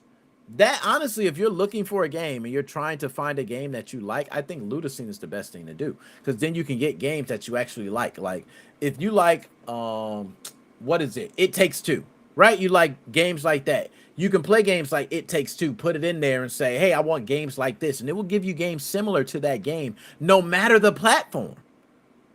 Beautiful. Big shout out to Ludicine. I shouted you out on that. Hey, I ain't gonna lie. Y'all got a little pub. Let's go ahead and move on to the next one, man. Y'all know what time it is. It's time for the best one, man. This is the one. I'm sorry for even wasting y'all time. You know what I mean? This is the one, the only. Let's take out these. Dude, I got the munchies. And we're going to go through these quickly because I think I've been live way too long. Okay, I went over already. All right, I'm over already, y'all. It's past. I'm sorry. I went over. But y'all like it. I'm going to keep going. So, Dude, I Got the Munchies. This is the one you need to be here for. This is the one everybody should care about. For those who do not know, Dude, I Got the Munchies is literally blowing up. I want to say Gaming Gone Wild, Dude, I Got the Munchies, and Choose Your Fate are about equivalent. And I want to say Choose Your Fate is about to be taken over. Both of Gaming Gone Wild and Dude, I Got the Munchies is taking it. It's taking it. Dude, I Got the Munchies is going to be number one. By the way, it's catching up by far. Dude, I Got the Munchies is a topic where we talk about the latest and greatest cravings that we all have out there in the food world, baby. Okay? Don't matter if it's fast food, if it's in the grocery store, if it's just out there, if it's just wild. We talk about it. You get your left-hand cigarette, you just got your fat boy snack pack, as my daughter would say. Or if you just got a pot belly and you love to eat, you came to the right segment. So without further ado, this is Dude, I Got the Uckin' Munchies. And let's get to our first one. And our first one's going to be, I'm already tasting my fingertips. I'm sorry, y'all. I get a little hungry at times. That's me. That's me. I ain't going to lie. That's me. Let's go to this first one. I'm going to pull it up. And I want to make sure I got, okay, there we go. Share, add. I told you we're doing this all good so everybody can see. And now it looks good for everybody that comes in. So let's screen share. Oh, we'll pick image. Okay, we'll pick image. We'll do it the right way. Okay, so let's do this one first. Y'all, let's get to the real ish, y'all. Costco, where my guys at? Costco, I'ma ride back. Costco. Y'all already know what time it is, man. Costco is testing a new food court item that is already causing the debate across the United States of America. I know for sure, baby. Yes, a 5-piece chicken tender meal for $6.99. Now, the tenders have been spotted in select Chicagoland locations, including Schaumburg, and may be replacing the calzone at some stores. The calzone ain't really hitting it for me, so I hope it do replace the calzone, okay? But the big talking point is the calorie count, with the calorie count reportedly listed at 1,640 calories. Yes, a review from the takeout says the tenders are baked, not fried, come with a large smoky sweet dipping sauce and offer a huge portion for the price. But the main complaint is that they may be too salty in their current form. I'm going to say, and I'm going to be honest, genius idea, brilliant marketing. I think that not only you should be bringing chicken tenders, I think you should be including more food court items. I'm going to say this first. I'm going to be the first person to say it. Everybody else quote me on this. Costco could actually compete with fast food places if they were to turn their food court into its own food business, because you can serve your tenders, pizza, hot dogs. I mean, you already have desserts. You can serve this. It's fast, it's quick. A lot of people are looking for inexpensive meals. $6.99. I know a lot of people are talking about the price. A lot of people are talking about the calorie count and the amount of food. I think for $6.99, that is two people. Two people can split that. Man, that is a beautiful meal. Get two people to split that for $6.99. You both can sit down, split some chicken tenders and some fries, and buy an extra 2 drinks, right? Drinks are not expensive. Costco, I got to give it up for you, man. You got to give it up. Let's go ahead, man. We got to switch this out. We got to do it for the next one. So let's go ahead and get to the next one. Just the one? Yeah, that's it. That's it, man. You know, I ain't gonna lie. Taco Bell's been on a roll. Taco Bell's been on a roll. So Taco Bell is giving the Mexican pizza a twist. Now, you know they tripping when they, I don't play with my Mexican pizza. All right, Taco Bell Mexican pizza is one of the top 5 selections at Taco Bell, period. But they are giving the Mexican pizza a new twist with the Cantina Chicken Mexican pizza. Now, this is going to be launching nationwide for a limited time on May 21st. The new version includes Cantina Chicken, black beans, green, how do you pronounce that? Is it chili sauce? Chili sauce? How do you pronounce that? I don't even know. I don't use it. The green sauce, okay? It's got a bunch of damn stuff on it, okay? It's also going to have cheese, purple cabbage, pico de gallo, classic tortilla shells, all that. How the hell do I know to say pico de gallo, but I can't say chili sauce or whatever? I don't know. I stop. Okay, but nonetheless, this new version of the Mexican pizza, Cantina Chicken style, is going to include black beans, green sauce, cheese, purple cabbage, and pico de gallo between 2 classic tortilla shells. Taco Bell is also adding new jalapeno citrus salsa made with red jalapenos and citrus. Reward members get early access May 19th. So I might just get in my app and get a little early access because I do want to taste it first. I want to be a reward member to taste it first. How do I feel about the chicken? I think it's a beautiful idea. A lot of people don't know. Their chicken that they dropped ever since they came out with it has been a beautiful idea. And I want to say, Taco Bell, keep the new ideas rolling. This is what it's going to keep you up top if you keep doing it. All right. Let's move on to the next one. Switch. Oh, here we go. Oh, couldn't add image. Oh, they're going to do me like that? Really? They're going to do me like that? You could not add the image? Bro, me? Okay, I got you. I'll go ahead and pull it up another way. Let's do this one. Here we go. Bam. Now we got it. Now how you going to stop me, baby? I got the image pulled up right here, and I'll pull it up and share it on screen for you. Let's share it on screen right now. They can't stop us. Can I get this big? Can I big screen it, like, please? Okay, let's just pull it up on screen. We're going to share screen. That'll probably be the easiest way. Share screen. All right, share screen. And booyah. So this one I'm going to pull up from Instagram, bro. Do y'all see this? Can I get the picture bigger? Like, please tell me I can get the picture a little bit bigger. Just a little bit bigger, man. Please. Anything you can do. Can you full screen on Instagram? Damn, I liked it. You can't full screen on Instagram? Let's do this. Can you do, there we go. Ah, there we go, y'all. That's better. Okay. I want everybody to be able to see it.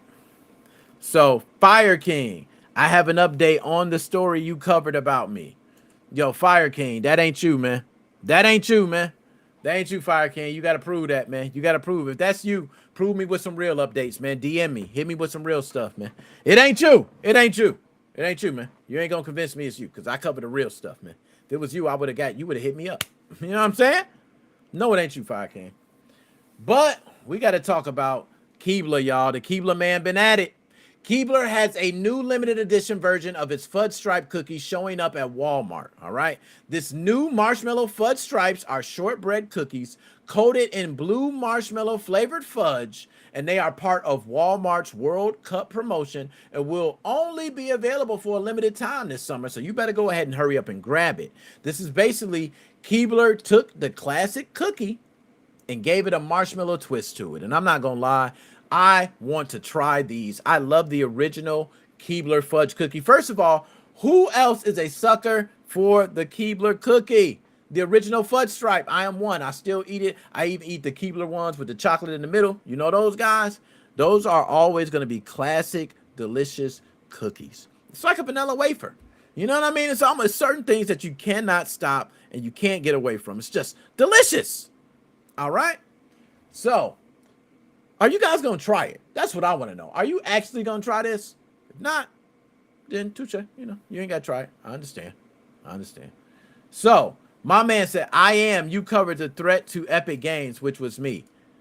Oh, the threat to Epic Games. I do remember. Okay, I did cover it. Well, if that's you, you got to prove me. You know what, man? If you want to, I'll do you more one. If it's really you, DM me. Hit me up on Instagram, anything. I'll bring you on. I'll do you your own interview. You can cover and bust me out on everything I said wrong. You can cover the story. I'll let you get your own, and I'll clip it up, and I'll put it out there, and I'll share it out for a lot of people to see. Okay? I'll give you your own narrative. How about that? All right? I can do that, and it's going to be your narrative because you'll be able to tell your story. All right? If it's really you, DM me. You can hit me up on Facebook, Instagram. You see my Instagram right here, right? I'm on Instagram. I got messages right now. All right? Hit me up. That's all you got to do. Okay? Other than that, let's go ahead and move on to the next one. I ain't gonna play. You know what I'm saying? We got to move on. We got to show. We got to algorithm the algorithm. All right, this one right here, we got to keep it real. Y'all, Krispy Kreme is bringing out a new glazed donut for a very short run, and I want to know, how does it taste, y'all? Y'all got to let me know, because I am a Dreamsicle fan. I'm a guy, and I think some people, once you love Dreamsicles, you can't go back. It's one of those that you just love. And the fact that we have a new glazed donut that's called the Orange Dreamsicle Original Glazed, I don't know what to do, man. The donut has an orange glaze flavor with citrus and vanilla. And it's inspired by the classic orange and cream Dreamsicle ice cream treat. I don't know. Like, I got to try this. It launched already, okay? It launched. It's at participating locations, so I need y'all to let me know. But the catch is that it's only available for a limited time. All right, so I need y'all to grab that. Krispy Kreme is also offering a deal where customers who buy a regular dozen can get a dozen orange Dreamsicle glazed donuts for $5. So grab them, please, and let me know how they taste. Please, okay? And if they taste delicious, can y'all just grab a dozen for me? You know what I'm saying? I ain't gonna lie, I'm a sucker that I'll go into the app and it says, hey, you can get a dozen free for $1. Or free for $1. That was crazy. That was crazy. That was crazy, Nick. I ain't gonna lie. I might as well hit myself. But it says, hey, you go into the app, buy a dozen, get a dozen free. I'm right there. Hey, boom, I'm right there. Get a dozen for $1. Boom, I'm gonna get a dozen for $1. It can be just glazed. I'm getting it. Speaking of, I'm not gonna lie, I want some glazed donuts from Krispy Kreme right now. I'm sorry. I might just head out and get some donuts. That was my bad. I shouldn't have did this. Let's go ahead and move on to the next one because I'm like hungry and I'm definitely going to get some Krispy Kreme. It's not an option. I'm getting it. All right, let's move on to the next one. So, I need to know how y'all feel about this, man. So, Nerds and Mothers Cookies are teaming up for a limited edition Walmart exclusive called Sweet and Tangy Frosted Cookies. The cookies are Mother's classic frosted shortbread style but add nerds candy for a fruity crunch. They're shaped like circus animals and nerd characters, so it gives it like a nostalgia push, but it sounds like it's built for a lunchbox. It sounds like it's built for someone that get on a yellow bus. It sounds like somebody pull it out of a brown paper bag and say, try one. I don't know how I feel about this, man. This is crazy. Like, Mother's Cookie, and by the way, I love their frosted animal cookies. They're some of the best out there. Like, period, in the market. Mother's Cookies probably got that on lock. But the fact that you mixed it with nerds? Nerds? What? No, I mean, I don't know how I feel about this one. How do y'all feel about Mother's Cookies teaming up with nerds to create the sweet and tangy cookie? I don't know. I don't know how I feel about that, man. That's just me. Let's go ahead and move on to the next one. All right, we doing, yo, I ain't gonna lie, we moving along so damn good. It's like the pictures and the images and everything coming along. Oh, man. Oh, my goodness. I know y'all looking at that like, what the hell? People are probably looking at this like, what the hell? And I'm looking at this like, this is gourmet. Y'all probably looking at this like, that don't look like much. And I'm looking like, this is top shelf, baby. So, the Washington Nationals have the wildest stadium food of the week. You are looking at what they call hot dog fries. Yes, this is hot dog fries. These are not fries served with the hot dog. They are fries made out of hot dogs. I'll repeat. Okay, gotta repeat this. These are not fries served with the hot dog. These are they are fries made out of hot dogs. The shoestring style fried hot dogs come with Chipotle ranch and can be served in a cup or a plastic baseball helmet. The price, I ain't gonna lie, y'all. The price is nasty work. It's $20. It's $20. I'm not gonna lie. So that's why the price is probably getting a lot of attention too. Okay. The item is reportedly costing $20 at Nationals Park. So you're going to see a split reaction. Some people are disgusted. Some people are curious. Some people are mad that it costs this much. But I'm not going to lie, y'all, I want to pay $20 for this. I am the sucker. Yes, I am. I know. I am the sucker that would go to Washington National Park, okay? And I will buy this. Washington Nationals. Can you do me a favor? Can you invite me, please? Just give me some free tickets, Washington Nationals. Matter of fact, you ain't even got to invite me. Just send me some of these, and I will promote them. Do you know how much I love hot dogs? Oh, my goodness, to be able to have fried hot dogs in a shoestring shape that I could dip and eat, this is all I need for dinner. Like, this and fries together is the yo. Y'all can't tell me this and fries together is not a gourmet meal. I'm sorry. You put this and RB curly fries together, you got a max session. I'm done. I'm not even talking no more, man. That's it, man. That's dude, I got the munchies, man. This is just ridiculous, bro. That's too good. That's too good. That's way too good. We're not even gonna talk about that no more. It's too good. Let's go ahead and move on to the next one, man. We gotta move on. All right.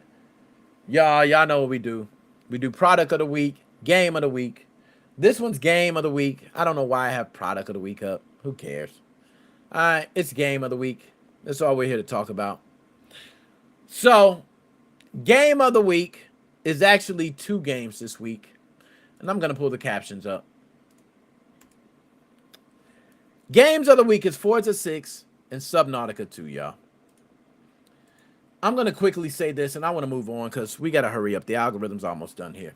But these are 2 titles that are completely dominating the internet right now. And if you don't know about Forza Horizon 6 and Subnautica 2, you need to crawl from under the rock and go look at them, okay? Forza Horizon 6 is one of Xbox's biggest releases of this year, period. That's it. The game is set in Japan, and it launched globally, okay? Or excuse me, it launches globally on May 19th. Premium edition players got early access starting May 15th. I should say that. All right. So you're going to have a lot of people playing it, but that's because you got a lot of premium editions. Now, these premium editions cost a pretty penny for those who do not know. Okay. That already had a lot of people talking because paying extra to play a few days early is nasty work. It's becoming one of the biggest debates in gaming today. As a matter of fact, I might do a whole segment on that alone. But the biggest story came before the launch when reports said a full unencrypted PC build of the game was accidentally uploaded through Steam. That meant people were able to access the game early and footage from the New Japan map, and it spread it online way before the official release. Okay? Playground Games responded by warning players not to access the leaked version. The studio said anyone caught using that damn leaked build they could face franchise-wide and hardware-level bans. Do you hear that? I never heard that before. I heard a lot. Playground Games threatened that if you access that leaked version, you could face franchise-wide and hardware-level bans. Some reports showed ban screens lasting until December 31st, 99999, which is basically 8,000 year ban. Okay? It's an 8,000 year ban. I'm just going to say that. The wild part, Forza Horizon 6 is already a massive release. Estimates floating around, early access sales, yada, yada, yada. It's a lot going on. But Microsoft is right now raking in a lot of dough. Shout out to Microsoft. And Playground Games had to deal with one of the worst things that can happen before the release, the game getting out into the wild. So that all happened. But let's go ahead and move on. Then there is Subnautica 2, which is having a completely different type of moment. Right? Subnautica 2 is having such a completely different type of moment that it don't even know what the hell's going on the other side for Forza Horizon 6. Now, Subnautica 2 launched in early access on Steam, Xbox, and Game Pass, and the numbers already have surpassed what everybody thought of. We've seen 467,000 concurrent players. Yes, I repeat, 467,000 concurrent players on Steam alone. That's blowing past the 51,000 record that was set on Subnautica's original game. Yes, Subnautica all-time Steam peak was around 51,000. Just think, from 51,000 to 477,000. Now, a big reason for the hype is they now have 4-player co-op. And everybody know how 4-player co-op has been the craze now. Subnautica has always been about the exploration, fear, survival, ocean making players feel small. So now you get that experience with friends. I'm not going to lie. I'm purchasing Subnautica 2 tonight. I'm purchasing it. I just have to figure out am I getting it on Xbox? Am I getting it on the PC? That's all I have to figure out. But behind that success, a lot of people don't know there is a major corporate fight going on. Unknown Worlds, the studio behind Subnautica, has been involved in a legal dispute with publisher Crafton over leadership changes and a reported $250 million performance bonus tied to Subnautica 2. And due to its success, I think that $250 million bonus, they're gonna try to clock in on that. Reports say the original leadership was removed before launch, and the dispute centered on whether the timing affected the bonus or not. So that makes Subnautica 2 one of the stranger stories of this week, or even the year. Because on the player side, it looks great. Hey, everybody's playing. Oh, great. And on the other side of the corporate, you got fights going on and over control, money, and who gets rewarded. It's crazy. So those are games of the week. Forza 6, Subnautica 2. Big salute to y'all. Hope everything go good. Now, last one. Let's go ahead and get to it. Choose your fate. Y'all, we're getting straight into choose your fate. We're not even going to waste no time because, as you know, I'm already behind on the show. So let's stop the sharing on this other one. I don't know why I have this other screen sharing. So let's go ahead and change the captions, which we got it. Oh, good. Look at that. We got We doing good. So we're gonna go ahead and get straight into Choose Your Fate. For those who do not know, Choose Your Fate is a segment, a gaming segment where we take two choices head to head, two tough choices, and we make you pick one. You have to pick one. You cannot pick both. You must only pick one. So without further ado, let's go ahead and get into it. Choose your fate. And let's start with the first one. I'm gonna try to do this quick because y'all know I usually like to slow roll these, but I was running my mouth a little too long. You know what I'm saying? I ain't gonna lie. That was me running my mouth a little too long. Now let me go ahead. There's one I want to go ahead. I think I ain't even add one. Hold up. Yeah, there's one I gotta add because I ain't see that one. Okay, so let's put this one here, right? Okay, first one. Which game was better? Legend of Zelda, Ocarina of Time, Legend of Zelda, Breath of the Wild. I think this is a very easy choice. Legend of Zelda, Breath of the Wild. I would say Ocarina of Time because I am a guy that remembers playing that game and how much it meant to the Legend of Zelda franchise. If the question was which one meant more to the Legend of Zelda gaming franchise, I would have said Ocarina of Time, because I think the 3D creation there paved the way for Breath of the Wild. But that is not the question. The question is which game was better? So, of course, I got to say Breath of the Wild. Breath of the Wild was vastly better. It did what Ocarina of Time had. Everything and then some and more. And it is still playable way beyond in-game. Whereas Ocarina of Time was kind of limited for in-game, Breath of the Wild is not. It is not limited for in-game. You can continue doing a lot of different things. So I have to give that to Breath of the Wild. I think that's a very easy choice for me. All right, there we go. That was a good one. That one wasn't too difficult for me. I'm gonna be honest. That one was not. Some people be like, "Oh my goodness, I don't know," but no, that one was very easy. Okay, let's do this one. Next one. Bam. Which game was better? Grand Theft Auto San Andreas or Grand Theft Auto 5? This is going to shock a lot of people. They're going to be surprised by this. Grand Theft Auto San Andreas. Grand Theft Auto San Andreas is better to me because I believe within the game, Grand Theft Auto San Andreas had more to do overall. Story-wise, I will give Grand Theft Auto 5 that. I love Grand Theft Auto San Andreas story, but 5 story is just so perfectly done. I cannot go against it. But when we're talking about which game was better, San Andreas had so much more to do within the game that felt more purposeful to the game. When you worked out, your guy got really buff. You ran really fast if you kept running. Right, you rode the bike constantly. You learn how to ride the bike. Like, they had a lot of things. You continue doing these things. Oh, hold on. That didn't loop. There we go. It's supposed to loop. You keep doing these certain things. You get better at them. And it felt more like San Andreas took an approach that this game is the game you're going to have forever. And we want you to play it forever. Even if it's 10 years from now, there'll be something that you can't finish within the game. Grand Theft Auto 5 has that, but they leaning a lot of online updates, patches, and things that they can lean onto because of the time. So it's not really any fault of Grand Theft Auto 5. Whew, that was long-winded, but answer is Grand Theft Auto San Andreas. Final answer. Okay? I don't know how y'all felt about that one. You know what I'm saying?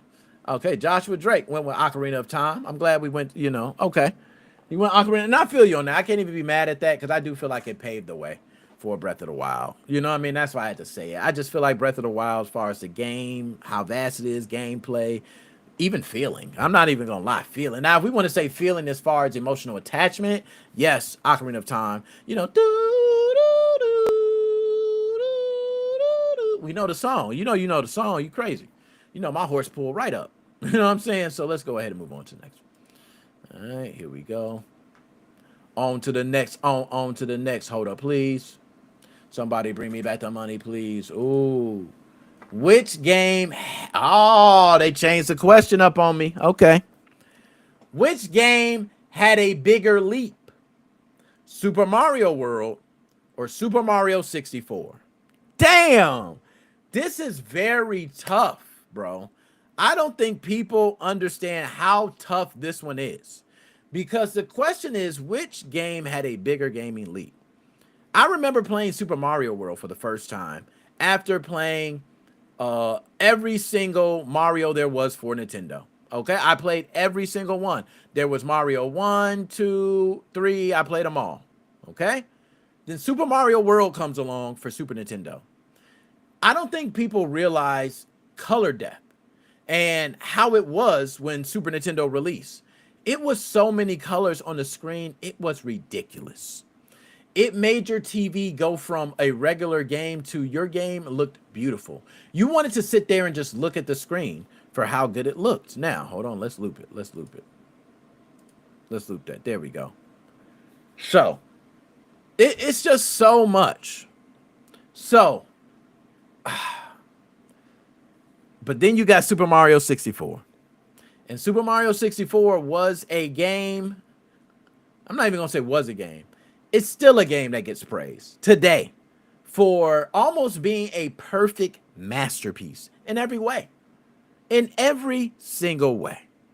I mean, I remember when that game first released, and you talk about the leap in gaming, this game was so beautiful, people stood around to watch it, and you didn't even have to be a gamer. You were just amazed to see a character come to life. It almost felt like watching someone play a cartoon. For the first time for us, we never seen 3D like that. And not only was it done well, colorful, beautiful. I can't explain how much of a leap it was. Super Mario 64. This is definitely Super Mario 64 was a much bigger leap. That 3D world and the realm, the depth, the jumping, seeing how far you're jumping in a 3D world versus like 2D, being able to still carry the 2D feel of power-ups and punching and jumping and the tricks and oh my goodness. Let's just go on to the next one. So, which game had a bigger leap? Super Mario 64. Final answer. Let's move on to the next one. DJC Money said I skipped one. No, man, I couldn't, it's that was a question. That was a question. I couldn't do it. That's what they put in front of me, man. You know what I'm saying? Okay, now we back to which one is better. So, which game was better? BioShock, the original, or BioShock Infinite? A lot of people might think this is tough. Some people might have one or the other, right? I'm one of those people. BioShock, easy. I think BioShock, the original, is the best first-person game ever released. Yes, I said that. I think BioShock is the best first-person shooter game ever released. Okay? And I know people might think that's crazy. People think Call of Duty. Now, I could say Call of Duty. Yes, I could. But the reason I'm not going to say Call of Duty is because we're talking just a single-player experience. We are not talking about a multiplayer experience. We are not talking about anything else. We are talking about strictly a single-player experience. So, Petrix. Okay, now hold on, Petrix. I want to get to yours. I want to get to the BioShock one first. Okay. Hardware. BioShock original. Petrix. Hardware. I know y'all feeling me. BioShock original, man. Y'all know where it's at. Hardware already knew. He knew it was BioShock original, man. It ain't nowhere. It ain't nothing else to even talk about. It really ain't. I can tell you, BioShock is the only first-person shooter game that I have ever played that I was immersed. And that don't happen. It's only about 2 or 3 games I can name that actually happened. Like, and when I mean immersed, I mean to the point where I felt emotionally like the person I was controlling. That's what I love about immersion in a game. BioShock did that for me. Wasn't many games that can do it. I'm going to have to go BioShock. It's actually the best single-player first-person shooter game of all times. And I'm willing to debate that with people. Like, I'm serious on that one. I'm willing to debate BioShock the original is the best first-person shooter single-player game of all time. And there is none better. That's my answer. Now, just to go ahead and help BioShock Infinite, guys, I do think BioShock Infinite is a fabulous game. I loved it, played it inside out, beat it, and the ending is probably one of the best endings I've ever seen in a game. Like, I can say that for BioShock Infinite. Like, if I don't want to spoil it for anybody, but if you have not played BioShock Infinite and beat it, please do. It is going to take you for the biggest mind loop that you've ever been for in your life. It is almost like watching one of those movies where they show you the end and everything just kind of rewinds. You go, oh my God. Like, it was that big. It was a big one. So I give up the ending to BioShock Infinite. But other than that, which game was better? It's very easy. BioShock. It's not even close, man. All right, let's go ahead. Next one. And then I want to go ahead before we start. I want to get to Petrix. When he talked about back in my day, my brother and I were so hyped to play Mario 64. Oh, okay. That we bought the cart months before we even got an actual instance. Yo, you were not alone on that. Yo, there was so... Do you know how common that was back then? I don't know if people know. Back then, it was common to buy a game before you got a console. Because you knew you were going to get the console. Like, you know what I'm saying? So you would just go buy the game like, hey, I'm going to get the console eventually. You know what I'm saying? And you just buy the game because games would sell out. People don't know that. Games would sell out back then. And you would probably like not get the game or have to wait or go somewhere far to get it. I remember when trying to get like consoles, like a Super Nintendo console or Nintendo 64 or even the original Xbox, you had to travel places and go to like different toy stores to pick up these systems. It was ruthless back in the day. Like, people don't understand. All right. But let's go ahead and get to the question. Which game was better? Resident Evil or Resident Evil 2? Whew. This is probably the toughest one for me of the day.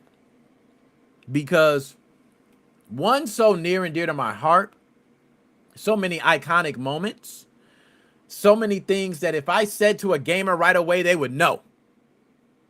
The other one was just better in every way.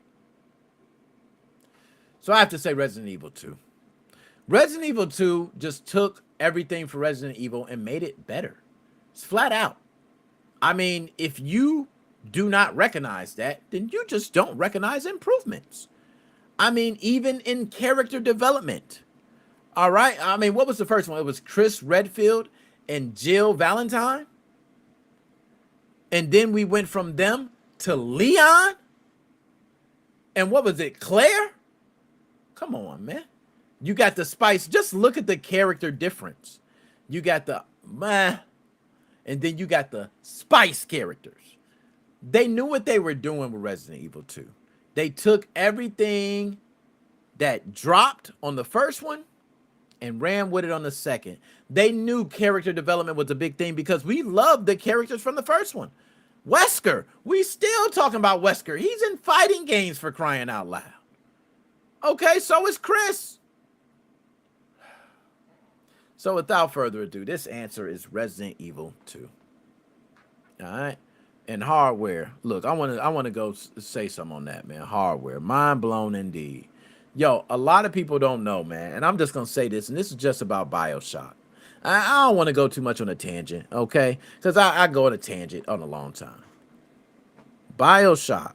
If you have not played BioShock, please play it in its entirety. Do not, and now they have the remaster version. I played the remaster version too. Matter of fact, did I play the remaster version? Y'all, I don't know. I don't know if I did. I might be lying. I need to go get the remaster version right now. I need to play that because BioShock is one of those that as you play through the story, it's well written. The gameplay is great. The fathom a world underwater, the way it's done, the people, the mind states. I'm not going to go any further. Play it. Play it. That's all I got to say. So, that is Choose Your Fate. Y'all know we did it. We killed the show.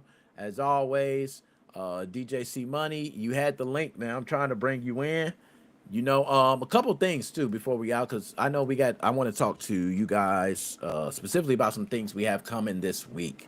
So you guys know my schedule. A lot of people on Twitch really need to know, because you guys don't really have a schedule up there on Twitch. I want to go ahead and kind of put you in a loop, right? So first of all, I was out and not going live at all because I was out of town.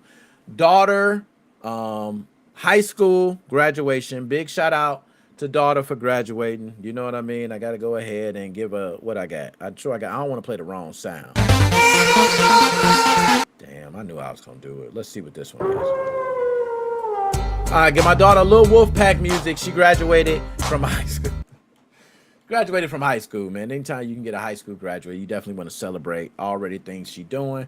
So children are on to bigger and better things, man. So shout out to kids. That's first. Second thing is to everybody on Twitch. A lot of people have been saying, Nick, we want to choose your fate marathons, and you've been BSing. Well, I have a computer that is set up specifically for the Choose Your Fate marathon, so I don't have to hold up the main desktop, because that was a lot of the issue when I run the marathons. I can't use the desktop as I'm doing it, even though I have other screens. A lot of times it's hard to do. I'm gonna just say that. So what I'm going to be doing is actually using a separate PC we now have that will be handling all of our streams. If you want that on other platforms, y'all want that on YouTube, Facebook, other things, we might do a couple streams that are across platform, but the majority of the marathons will be brought to Twitch. It's kind of a thing we started doing on Twitch. So if everybody else wants it on other platforms, we will do, but that's for Twitch. As far as the podcast, we're going to be uploading these episodes. We want to have them on the next day, which is Monday. So when you listen on Monday, you should be hearing the most current episodes. All you have to do is speak to Google, Alexa, whoever it may be, and just go ahead and shout out Nick Moses 05 Gaming Podcast latest episode, and it will play it for you. We're across all podcast formats. So no matter if you're driving in the car, you're on a plane, bro, you might be just on the plane listening to podcasts. You can go ahead and cut this podcast on, man, and chill back and relax. Okay. So, what else? There's something else I got. I know it's plenty of stuff I got. Oh, also games coming up. We got shooting simulator. We got a couple others. Those are time. We got to do those. We got iBit. We got so many games to play. So Twitch is where a lot of those are going to be happening. Also, that's what it was. Twitch, we have dual streaming as well. So Twitch will be getting vertical and landscape streaming as well when it comes to gaming. All right, so big shout out. And that's why a lot of those game streams are going to be, or the marathon as well, will be for Twitch. We want to be able to have it for both formats. So, without further ado, I don't see anybody else here. Yo, dap me up, everybody, for tuning in. Yo, shout out to Hardware, man. Appreciate you, Petrix, my dog, DJ C Money. That's, man, y'all already know he can run it. I'm trying to get him in here. He ain't jump in here, man. I put the link in there. You know what I'm saying? Hey, Joshua Drake. Shout out to Joshua Drake. Fire King. My man Fire King said, I'm the one you cover with Epic Games. I told him to write me. I'll give him a whole interview and everything. If that's true, my man, y'all gonna see an interview about the dude who did a threat against Epic Games, okay? And I don't even know. You know what? I'll check right now to see if he wrote me. Right? I'll go to messages. Right? He ain't wrote me on Instagram, that's for sure, okay? He ain't write me on no Instagram, man. So I'm gonna check Face Beezy. You might have wrote me on the Face Beezy, because you can hit me up there. Let's see. Messages, people you may know. Okay. I see. Okay, here we go. Yeah, I got you. I got you for that. Yeah, I got you on that. Shane, my dog. I got you. I see that. See, I got some chats that come through. Right? Update your pin. Oh, my chat history ain't updated. My bad. I put it in. Verifying your pin. There we go. Okay, I got new messages. Okay, I see a couple new messages. Nah, these ain't from you, my boy. These ain't from you, my dog. So, yeah, he was woofing. All right, he was woofing. I don't think he wrote me. So, if you wrote me, man, let me know. You could just DM me. You know what I'm saying? On anything. I'm on all platforms. You can hit me up on TikTok, too. But other than that, Glitch Gaming was whack. I thought it was gonna be some glitch. That was terrible. Like that was crappy. Shout out to Ilder. Big dap out to you, man. Dap me up. Says Shane, catch you in October, man. Other than that, y'all, it's your boy Nick Moses 05. We out this.